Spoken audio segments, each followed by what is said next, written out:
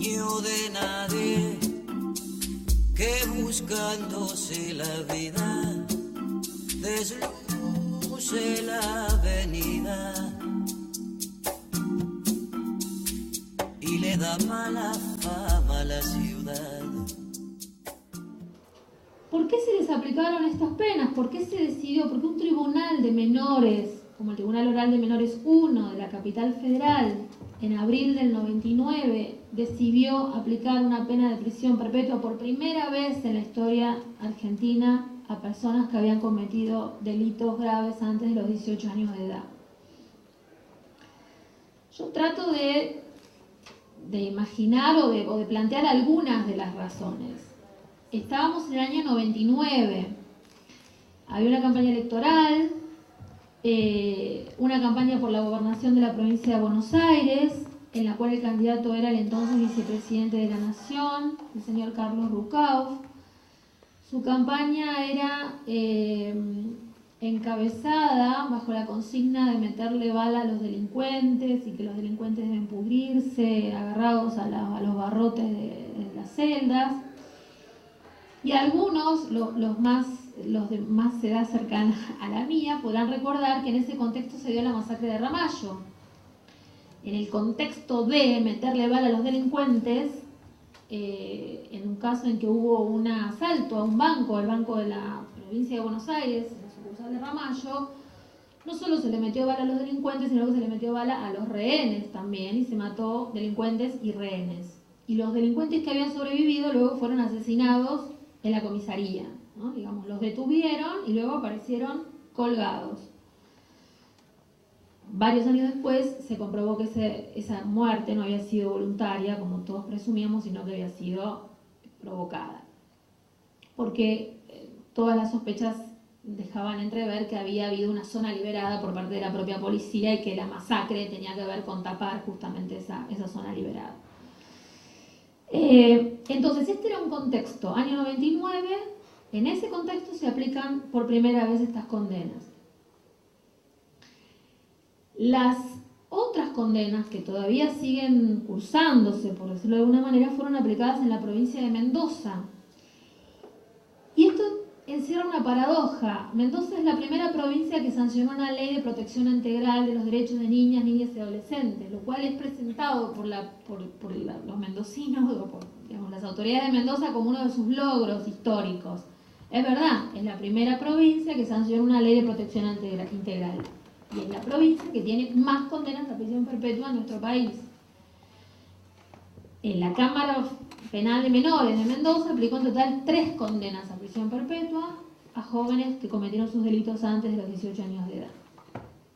Uno de estos jóvenes, hace casi exactamente 6 años, el 21 de junio de 2005, apareció colgado en la penitenciaría de Mendoza, Ricardo Videla. La misma penitenciaría que todos nos espantamos cuando vemos por televisión la aplicación de torturas, en esas imágenes que han circulado no hace mucho tiempo. En esa misma penitenciaría apareció colgado Ricardo Videla, hace 6 años. El contexto en que se aplicaron estas condenas en la provincia de Mendoza entre el año 2001 y 2002 también tiene ciertas particularidades. Recuerden lo que era nuestro país en el año 2001. Digamos, se salía de los años de menemismo y la posterior y frustrada experiencia de la Alianza con una crisis fenomenal, brutal, donde, no recuerden, digamos, había cifras altísimas de desocupación, de marginación, de vulneración de derechos sociales de todo tipo. Las barriadas estaban absolutamente, las barriadas de las provincias, digamos, estoy hablando de Mendoza, pero como Mendoza de casi todas las provincias, la provincia de Buenos Aires, en condiciones, digamos, decenas, millones de personas bajo la línea de pobreza y bajo la línea de absoluta, de pobreza extrema, ¿no? Digamos, millones de adolescentes fuera del espacio de trabajo y estudio. Bueno, una debacle que todos ustedes recordarán. En ese contexto se aplican las últimas condenas a prisión perpetua en la provincia de Mendoza. Ahora, ese es el contexto en que se aplicaron. ¿Qué explica que no se haya podido resolver el caso? Es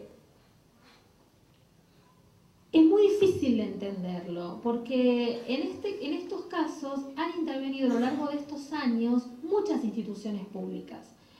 Yo lo conocí el caso trabajando en la Procuración Penitenciaria. Ustedes saben, la Procuración Penitenciaria es un órgano de protección de derechos de los presos que están alojados en cárceles federales. La tarea de la Procuración Penitenciaria, más tarde seguramente van a estar llegando dos colegas que trabajan en la Procuración y el viernes van a participar ellas también en una mesa en donde seguramente van a contar con mucho detalle cuál es su tarea. La tarea central de la Procuración Penitenciaria es proteger los derechos de las personas privadas de libertad. Y una manera de proteger los derechos es recorrer las cárceles federales y recibir las demandas de los presos. Una vez sonó el teléfono de la Procuración, llamó un preso viejo, un preso de esos que están hace mucho tiempo, que seguramente algunos lo habrán visto en la televisión en estos últimos tiempos, Marito Vitete Sellanes, un preso uruguayo que es el famoso hombre del traje gris del Banco Río, del robo al Banco Río, que es un preso clásico, un preso viejo, ¿no? Esos presos que nunca mató a nadie, solamente roba, como él dice, es un profesional de este tema. Y por esas características, un preso que tenía bastante ascendiente con el resto de los presos, un preso muy respetado por el resto. Entonces una vez llama a Mario de la Procuración, nosotros teníamos trato habitual, cuando íbamos a visitar la cárcel, lo veíamos, hablábamos con él. Me dice, mira Claudia, acá hay un pibe que quiere hablar con vos. Él dice que hay algo con su condena que está mal. Atiendo el teléfono y era Lucas Mendoza, y lo que Lucas me dijo fue esto. Sí, mire señora, a mí me parece que a mí me aplicaron una pena que está mal. A mí me aplicaron una condena como menor y a mí me parece que hay algo que está mal. Eso era lo único que él podía decir, que su condena estaba mal. Lo fuimos a ver y efectivamente, primero nos asombró porque desconocíamos absolutamente. Estamos hablando de personas que trabajábamos en ese tema, digamos, que trabajábamos en la Procuración Penitenciaria, que nos importaba el tema de la cárcel, pero jamás habíamos oído, o no recordábamos siquiera, haber oído que se habían aplicado penas de prisión perpetua a menores, o si lo escuchamos, fue una noticia que pasó desapercibida. Fuimos a la Procuración Penitenciaria, a la cárcel de Seiza, entrevistamos a Lucas, entrevistamos a Claudio, y efectivamente empezamos a pensar qué se podía hacer con esos casos, que ya habían sido llevados ante la Corte Suprema de Justicia de la Nación, la Corte anterior a la actual, habían sido ratificadas esas condenas, y entonces ya no había nada que hacer en el país, no había a quién acudir, ¿no? Y les esperaba, estoy hablando de marzo de 2002, les esperaban todavía, ellos recién van a poder tener libertad condicional en 2017, les faltaban 15 años para poder pensar en tener la libertad condicional. Entonces les llevamos el caso a la Defensoría General de la Nación y lo trabajamos conjuntamente con la actual Defensora General de la Nación, que llevó el caso a la Comisión Interamericana de Derechos Humanos en junio de ese año. Y desde junio de ese año el caso está en la Comisión Interamericana de Derechos Humanos. Son casi 9 años. En esos 9 años el Estado argentino participó en audiencias en Washington en la Comisión Interamericana, hubo un proceso de solución amistosa, participó la Cancillería, la Secretaría de Derechos Humanos, el Parlamento Nacional, han conocido el caso diputados, senadores, se ha presentado ante un pedido de conmutación de penas ante el entonces presidente Kirchner y ahora se volvió a presentar ante el ministro de Justicia Alac. Se han sacado varias notas en diarios durante todos estos años, se les ha hecho reportajes a estos jóvenes, han aparecido en la televisión y sin embargo no hemos logrado nada. Francamente, yo creo que este libro también es la historia de un fracaso colectivo. No hemos logrado nada, ni siquiera una conmutación de penas mínima. No hay ningún país en América Latina que aplique este tipo de condenas, ninguno. El país que aplica condenas más largas en todo el continente es Costa Rica, que impone un máximo de 15 años de prisión.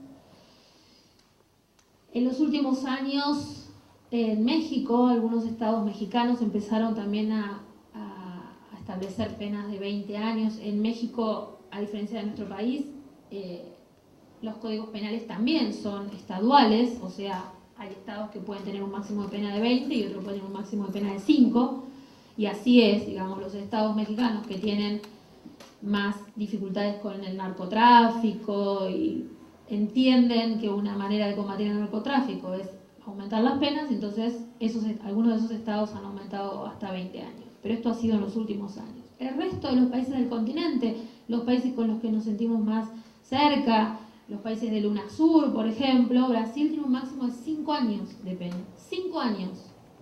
Para un adolescente de 16 o 17 años, haga lo que haga. Digamos, cometa el delito que cometa, el máximo de pena son 5 años.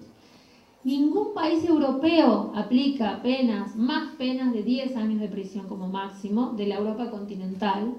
Italia, Francia, España, Suiza. Ninguno de esos países aplica más de 10 años de prisión. España ha aumentado en algunos casos en los delitos vinculados al terrorismo independentista, digamos, casos que tienen que ver con la ETA, aumenta un tiempo el internamiento, pero no más de 10 años totales de prisión para personas menores de 18 años que cometan delitos. El único país de las Américas que ha aplicado hasta la pena de muerte para los adolescentes menores de 18 años que cometen delitos, obviamente, es Estados Unidos. Pero fíjense qué interesante, en el año 2005, la Corte Suprema de los Estados Unidos, los detalles están en el libro, dejo cosas así para que lo compren,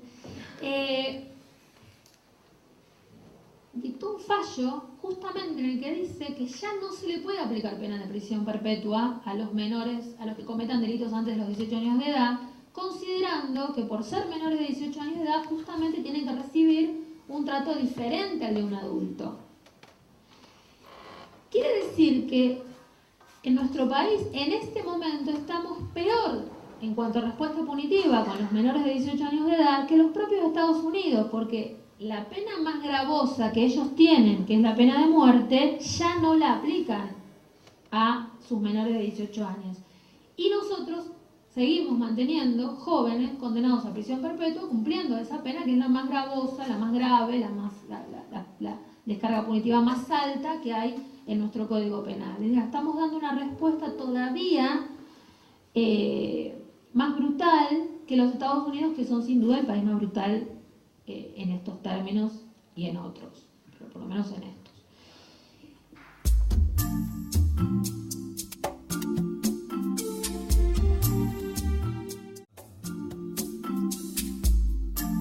Niño de nadie que buscándose la vida desluce la avenida y le da Primera vez en la historia argentina a personas que habían cometido delitos graves antes de los 18 años de edad. Yo trato de imaginar o de plantear algunas de las razones. Estábamos en el año 99. mala fama la ciudad. ¿Por qué se les aplicaron estas penas? ¿Por qué se decidió? Porque un tribunal de menores, como el Tribunal Oral de Menores 1 de la capital federal, en abril del 99, decidió aplicar una pena de prisión perpetua bajo la consigna de meterle bala a los delincuentes y que los delincuentes deben pudrirse agarrados a los barrotes de las celdas. Y algunos, los de más edad cercana a la mía, podrán recordar que en ese contexto había una campaña electoral, una campaña por la gobernación de la provincia de Buenos Aires, en la cual el candidato era el entonces vicepresidente de la Nación, el señor Carlos Rucauf. Su campaña era encabezada